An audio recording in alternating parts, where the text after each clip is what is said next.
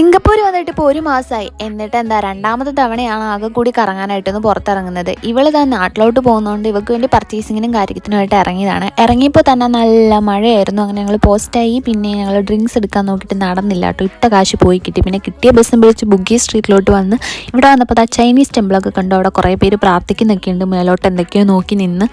പിന്നെ ഇതൊക്കെ അവരുടെ ദൈവമാണ് കേട്ടോ. എന്താണെന്നൊന്നും മനസ്സിലാവുന്നില്ല. അവരെന്തോ വെള്ളമൊക്കെ കൊരിയിച്ച് കുളിപ്പിക്കുന്നുണ്ട്.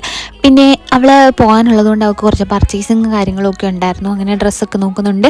പിന്നെ ഇതൊക്കെ കണ്ടപ്പോൾ എനിക്ക് പിള്ളേരായിട്ട് ഓർമ്മ വന്നത്. പിള്ളേർ നല്ല മിസ്സിങ് ആണ് ഗൈസ്. ഒരു രക്ഷയില്ല. എങ്ങനെയെങ്കിലുമൊക്കെ എനിക്കൊന്ന് നാട്ടിലെത്തിയാൽ മതി.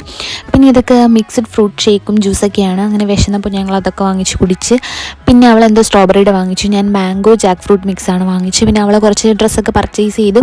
നല്ല ക്യൂട്ടായിട്ടുള്ള സാധനങ്ങളൊക്കെ ഇവിടെ കുറേ ഉണ്ട് കേട്ടോ. കണ്ടിട്ട് എല്ലാം വാങ്ങിക്കാൻ തോന്നുന്നുണ്ടായിരുന്നു. പിന്നെ ഐസ്ക്രീം വാങ്ങിച്ച് കഴിച്ചു. പിന്നെ കപ്പയും മീൻകറിയൊക്കെ കഴിച്ചു. പുട്ടും കടലയും കഴിച്ചു. വീട്ടിൽ